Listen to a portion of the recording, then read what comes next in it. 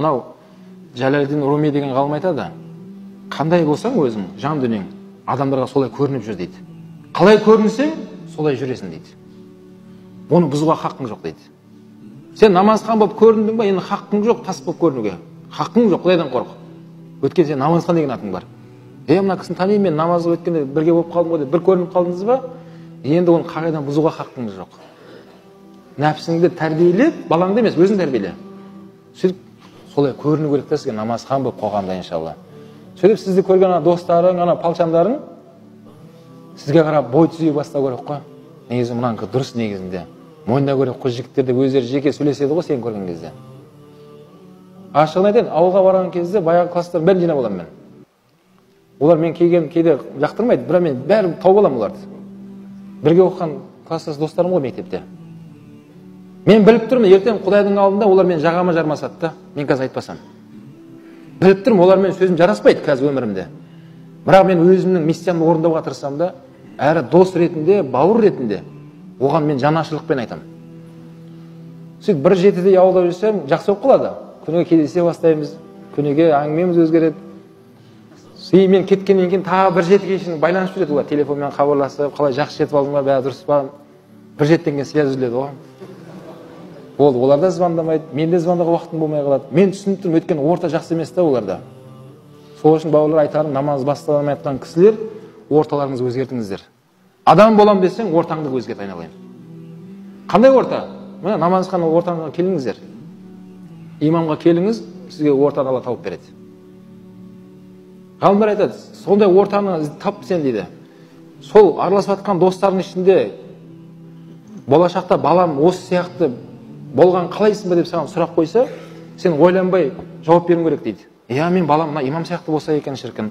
Мен балам мынау досым сияқты болсын десе, онда ол ортада жүру керек дейді. Құдай сақтасын да балам бұндай болудан. Онда ортадан кету керек дейді. Егер сол ортаға жауап бере алмасаң, сен араласатын досыңа да, олар сен қайда тартады? Оларға намаз қызық емес. Онда ол ортадан кету керек дейді. Мынау бір адам 99 адам өлтірді дейді хадисте.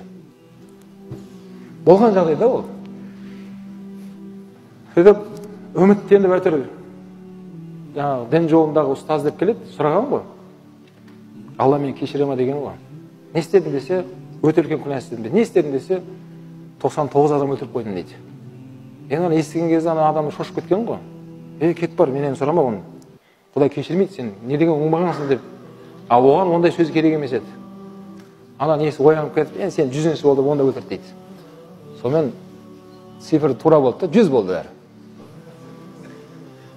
Сонымен күндердің күнде жаңағы кісінің көршісі бар екен, жаңағы иманды, шариғатты ұстанатын. Кейін бәрі адамның ішіндегі дерті шығу керек қой сыртқа. Анамен сөйлескен ғой. Көрші, қалай ойлайсың? Осындай күнә істеген адамды Алла кешіремеді. Не істесін Алла кешіреді дейді. Мысалға, мен айтайын саған өмірімді. 100 адам өлтірген адаммын дейді. Құдай мен кешіре ма, не етесің дейді. Әрине Алла кешіреді дейді.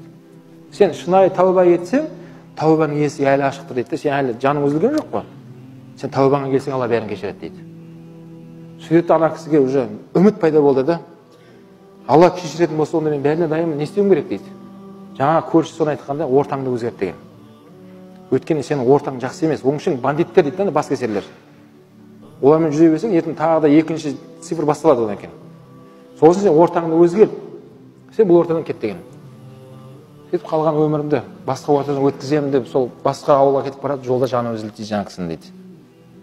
Жаны үзілді дейді. Сөйтіп ол жерге екі періште келіп таласты дейді. Біреуі жаннат рахмат періштесі, біреу тозақ азаптайтын періште. Кім алып кетеді жанын? Сөйтіп екеуі келісе алмай Алладан сұрады дейді. Алла кім алады мынаны? Сөзі Алла тағала айтты дейді. Шыққан жері жақын ба, жетейін деп қалған жері жақын ба? Қайсысы жақын болса сол алады деген да. Алла тағала мейірімді ғой. Жететін жерін жақын қылып қойды дейді Алла. Шыққан жерін емес. Сөйтіп оны кім алып кетті дейді? Рахмат періштесі алып кетті деп келеді. Бұны айтқымыз келген бауырлар, ортаны өзгертейік. Және айтам, мынау намаз ортада ешкімнің іштері қап кетіп жатқан жоқ.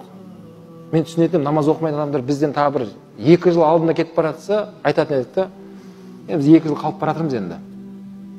Жарайды енді оған деп. Ондай емес қой, бәрі күніміз бірдей шығады, күндей бірдей.